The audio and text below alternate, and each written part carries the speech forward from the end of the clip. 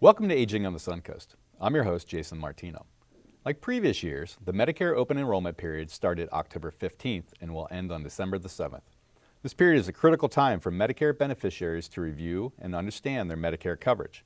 To help consumers in Pasco and Pinellas Counties, the Department of Elder Affairs SHINE program provides unbiased, free, and confidential counseling to assist beneficiaries make independent decisions in order to maximize their Medicare health coverage. On today's show, we've invited back two seasoned SHINE ambassadors, Janet Mills, the SHINE Area Coordinator, and Charles Frankel, the SHINE Local Coordinator, will help us understand where to turn for assistance, navigation, and other potential financial benefits. Janet, Charles, welcome back to Aging on the Suncoast. Good to be here. Yeah, we had a little break in our routine. We love to have you on every year to talk about all the cool things that we're going to talk about today and really what you do on a daily basis, working with the area agency on aging. But COVID really got in the way, and we're happy it's dissipating in a slight way, and that we're able to kind of re-engage the public and do the things that we know.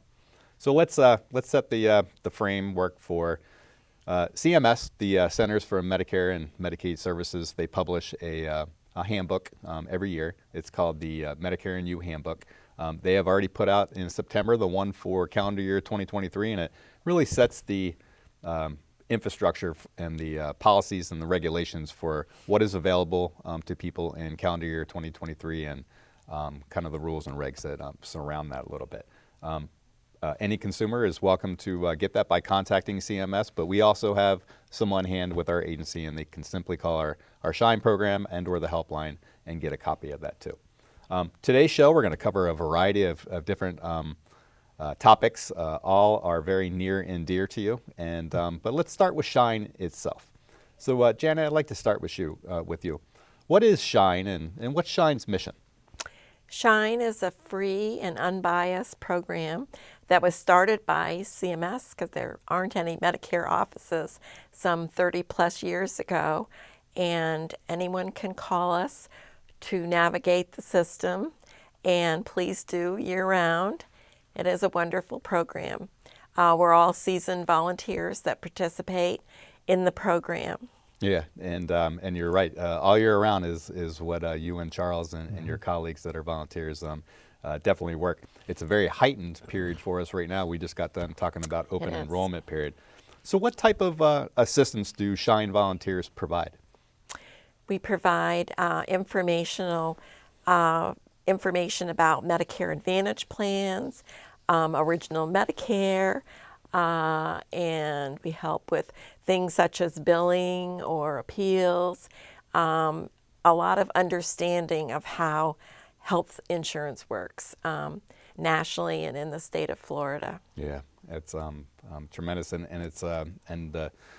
it's really totally run by volunteers with some guidance from some staff at the Department of Elder Affairs level and the area agency on aging on there. What kind of qualifications do volunteers generally have to become a SHINE volunteer? Well, you have to love the fact that we get continuing education all the time, and you need a lot of patience. You like to work with detail, and you love helping people. I think that's the biggest reward. Yeah. Would I go out of my zone by saying solving puzzles too? Yeah. I think that's probably a part of it as well. And the types of individuals that the SHINE volunteers serve, what does that look like? It can be anybody. It can be a person who isn't able to navigate the system themselves. It can be a relative who is calling for somebody else. It can be a retiring or retired professional. It is a program that anybody can benefit from. Yeah. Is it just relegated to people that are on Medicare, or if somebody was getting ready to get on Medicare, is that? No, it can be people that are looking ahead to know what the system offers them. I had a client yesterday who was 50, and she was looking ahead. I wanted to say, I hope, and she said, I am a planner. That's really proactive. I know. Wow, good for her. Mm-hmm. And how does one get a hold of the local SHINE program? That is by calling the Area Agency on Aging. It's a statewide number. It is 1-800-963-5337. And you can reach the Area Agency and the SHINE program. Oftentimes you don't get a live person, but you can leave the message and expect a return call. We try very hard to make those within 48 hours. Yep, and I think we do a pretty good job. We served 6,000 people last year, and that's a lot, with the brunt of them being served in this 2.5-month period as well. Charles, I want to tap into some of your expertise. I'll set the table with the fact that, let's say that I am that 50-year-old that Janet had a conversation with, and I'm technically new to Medicare, but I want to learn everything I can possibly learn about it. So when I get to that age or that situation where Medicare is going to help me, how do I approach it? What do I think about? Well, I'm not sure about the 50-year-old. Things may change a lot by the next That's 15 what I years. told her. But for anyone who's approaching 65, the first thing you want to do is enroll in Original Medicare. That's the Part A and Part B. And you do that, for most people, it's through Social Security. You can go online and find out how to do it, or you make an appointment with Social Security to do it. In rare cases, it's through the Railroad Retirement Board if you work for the railroad. And if you have to enroll unless you're already taking Social Security. In that case, you're automatically enrolled and you have a choice of whether to take the Part B or not, but you will have Part A. There are also people who get Medicare because they're on disability, Social Security disability insurance, and that should be an automatic enrollment after 24 months. There are a few other cases, but Social Security for the most part is who you need to enroll with. There are instances, especially if you are working and have credible insurance with your employer, where you may not want to enroll. In that case, you will have an ability to enroll while you still have that insurance and are employed, or up to 8 months after you lose that. And you can do it without delay or without penalty. There are cases where you may want to enroll then as well. These are things you can discuss with the counselor. But once you are enrolled in A and B, then you have a lot of choices to make as to how you want to take your Medicare. And we can also help with that. Yes, I know you can. So I'm shifting gears. I called you a year before I was eligible, and I was new to Medicare at the time, and the SHINE program really helped me understand everything I need to do, and now I'm enrolled into Medicare and I have a plan. And then open enrollment comes. And my good friends say to recontact the SHINE program as well. What are the types of things that a SHINE volunteer is going to help me now that I'm actually in Medicare and have a plan? Well, we recommend that every year you review what you have because things change, plans change, drug plans change, Advantage plans change. But this is the time of year when you can make almost any change you want. You can go to a different Advantage plan, different drug plan, between Original Medicare and Advantage plan. So there are a lot of choices that you had to make in the first place. And some people found it so difficult in the first place that they say, oh, I don't want to look at it again. But you really should. Yeah, my grandma was a good example of that. I used to work with her to talk with the program in Washington State. They call it Shiva in Washington State. And I think she was fatigued with some of the, everything that she had to kind of go through before. But they really made it so easy for her. But I just think it was the process that people, didn't want to maybe procrastinate a little bit. So you're right. And speaking of OEP, Janet, tell us a little bit about OEP and that. Charles kind of hinted at some things. But Right. And just to follow up on what Charles said, we're not selling anything. That's right. We are a program of education and advocacy. So once you've talked to us, as long as you would like to, then you can go to the plan or to an agent to make any changes that you might want to make. But yes, the open enrollment period is every year from October 15th through December 7th for effective January 1st of the next year. And those are the times when you can make those changes. And so we go over coverage and costs and It might be a case of your doctor taking one plan or not taking another plan, and you need to make a change or you want to make a change. All of that can be discussed with us. Yeah, I'd also add that you're empowering people. In addition to the advocacy that you provide, you're giving them so much information where they make that decision Definitely. for themselves. So OEP's here. That person made a decision to call. They got linked up with a counselor. What is that counselor actually doing with them? Having a conversation, actually. Yeah.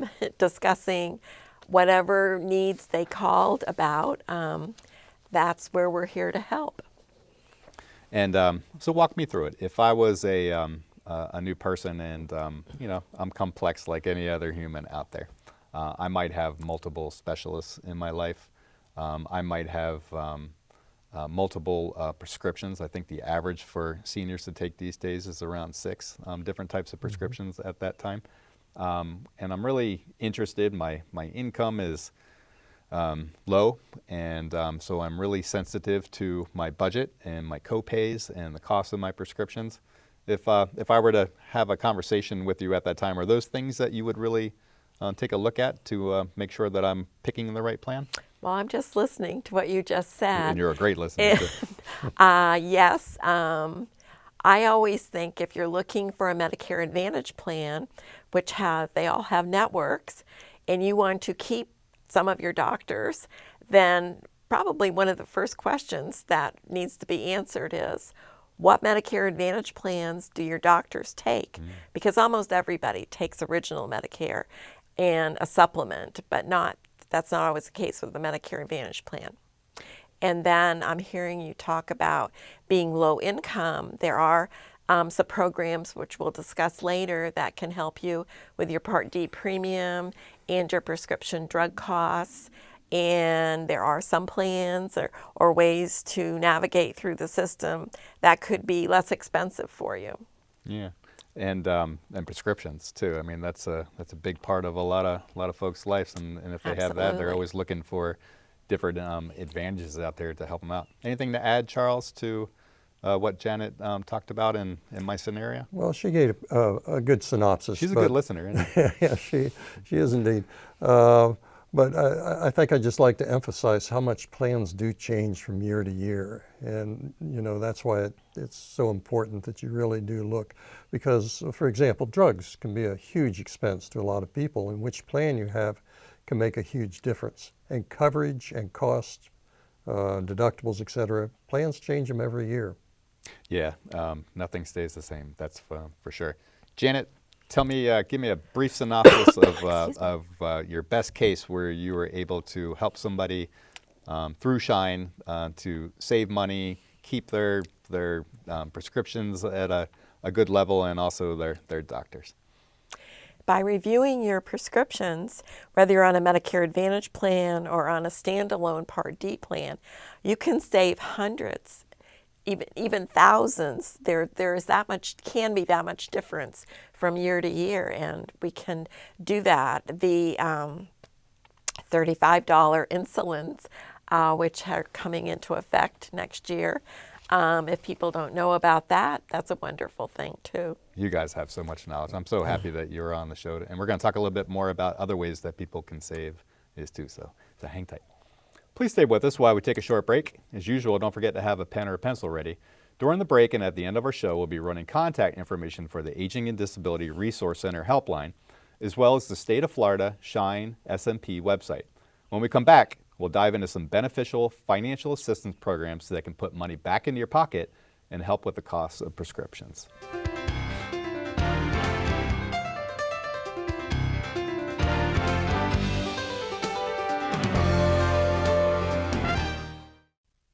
James is 70 and a writer whose joint pain has been a story in itself. His doctor prescribed a new medication that may not be affordable, even with James's Medicare Part D plan.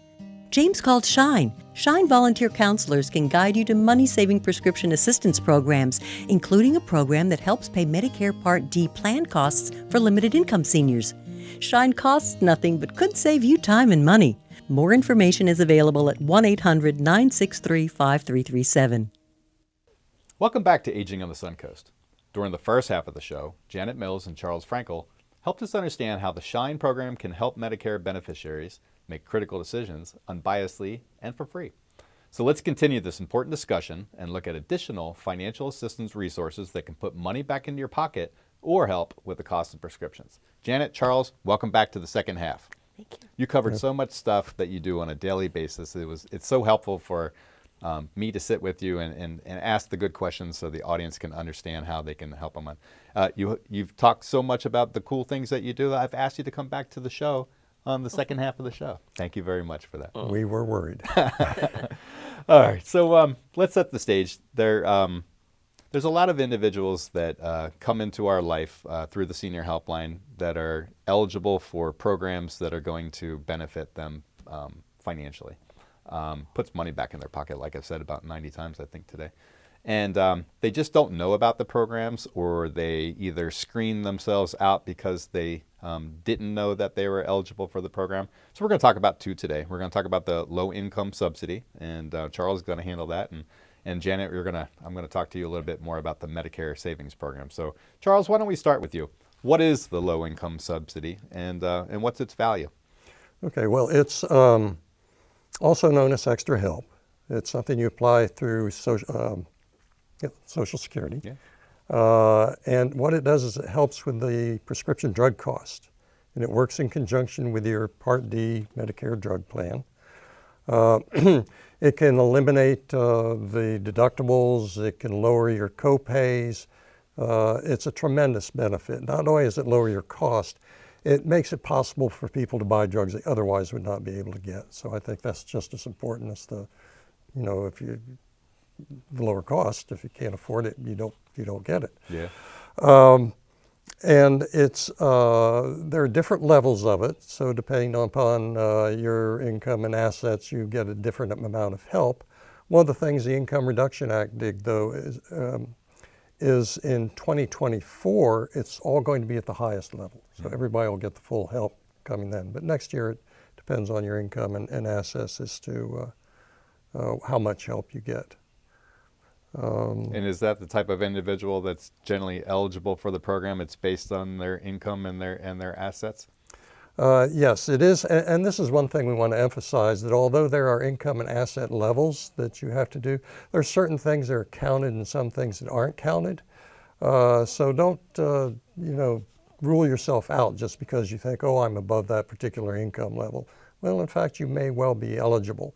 And one of our mottos is, if in doubt, fill it out. Yeah. You have nothing to lose by applying.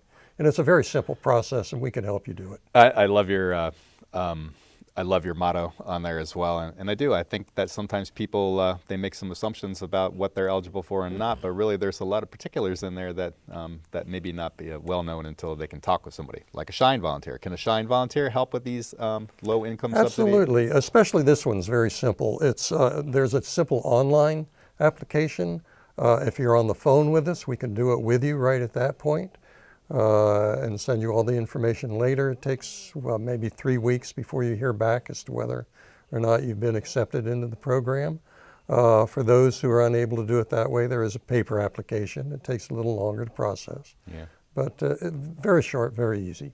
And is Charles Frankel, are you determining the eligibility, or? No, we just help you do it. Social Security will determine it. Yeah, and they get back in, I think you said roughly around 3 weeks or so, but don't quote me on that because sometimes things get in the way and things happen like that.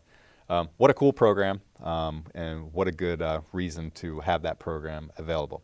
So Janet, let's talk about Medicare Savings Program. What exactly is the Medicare Savings Program, and what's the value in your opinion? That you apply for through the state of Florida. And there are 3 levels of the program, depending on your income and asset level. And we can also help you apply for those programs, absolutely. And when they come time for review, we can help you to renew them. And it is a simple process, takes maybe 15 minutes to do, and then we can mail you the application for your signature, and then you mail it back for processing, and that takes 30 to 45 days. And if you are approved, then the state of Florida is going to pay your Medicare Part B premium and maybe even more if you qualify at the highest level. Yeah. So if I'm a consumer new to Shine, should I know about these programs beforehand so I can tell you I think I'm eligible, or will you all ask just good questions to find out if I'm potentially eligible for some of these programs?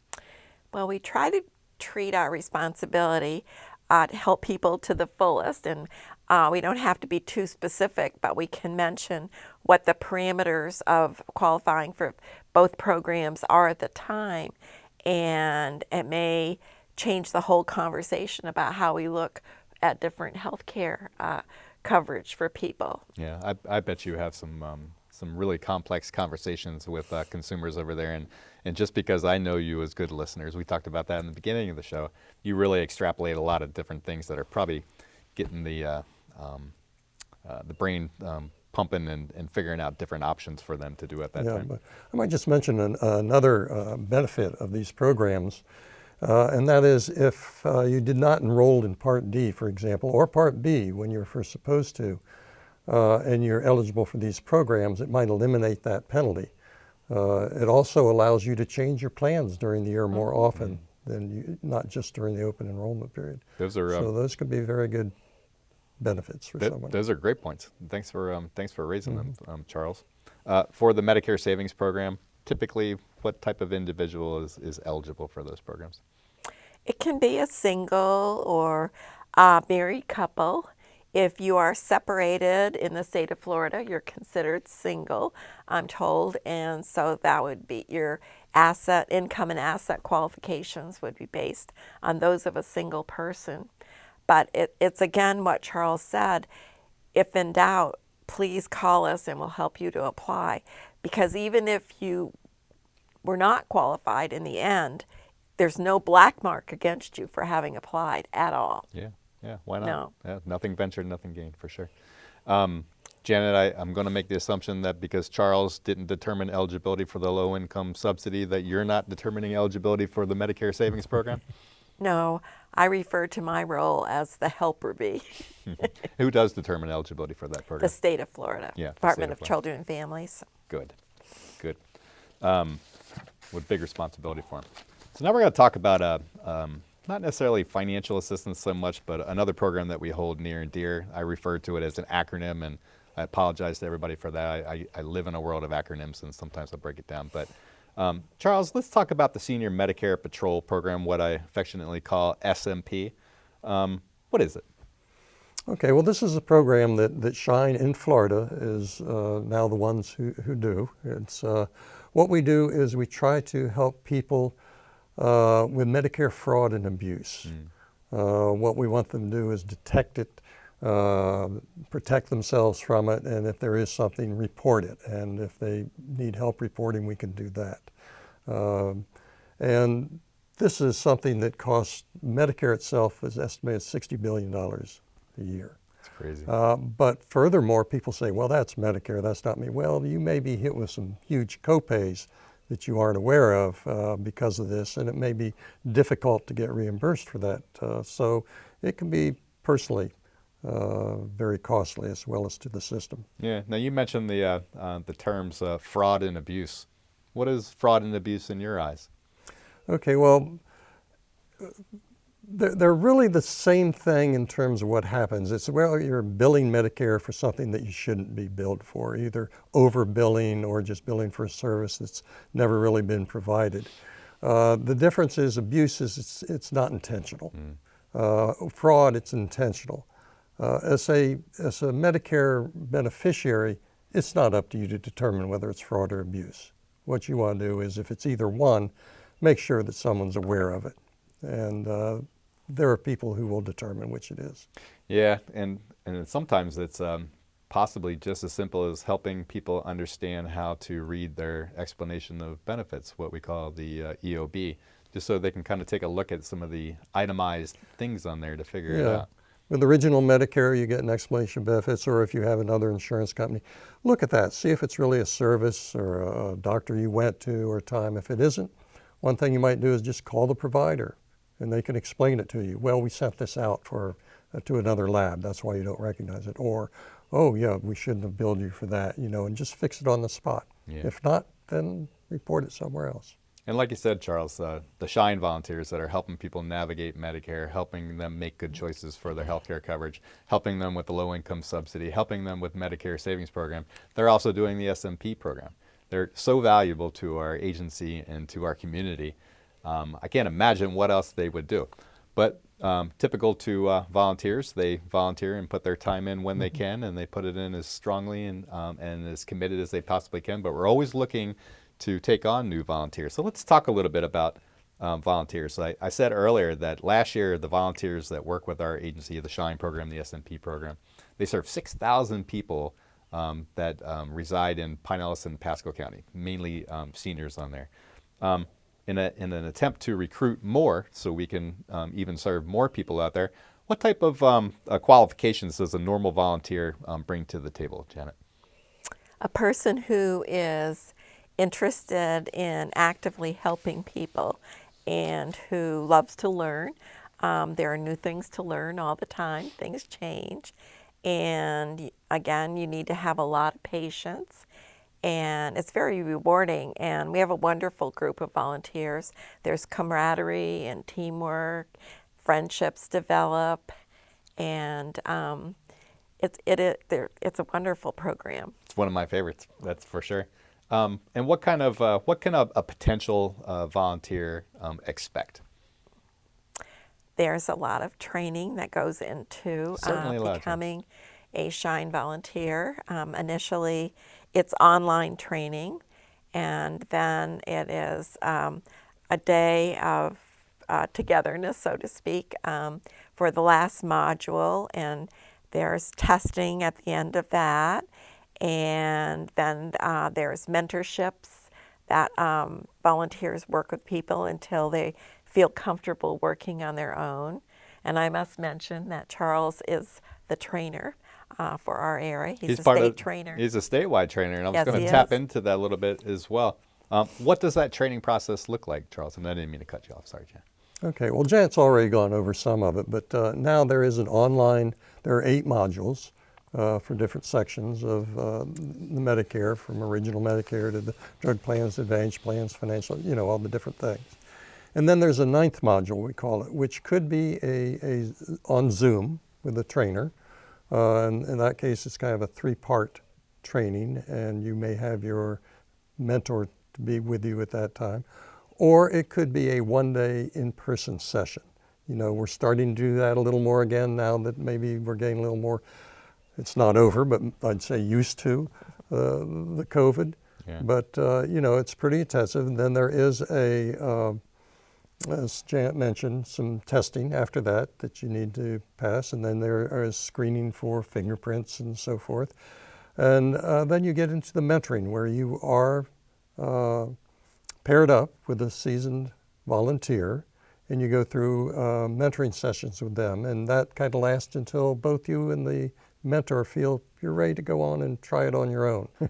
I really am so excited that you came on the show again. I'm very sorry that it took so long. There were some things out of my control, but I'm very happy that you're back. And Charles and Janet, thank you very much for being here. Yep. Good to be here. We hope you enjoyed this month's broadcast. We also hope this episode sparked your interest to contact the SHINE program in order to seek help during the open enrollment period. Please remember, this critical period ends December the 7th, so start the process now. We'll see you next month, and until then, please make every attempt to maximize these free and exceptional resources.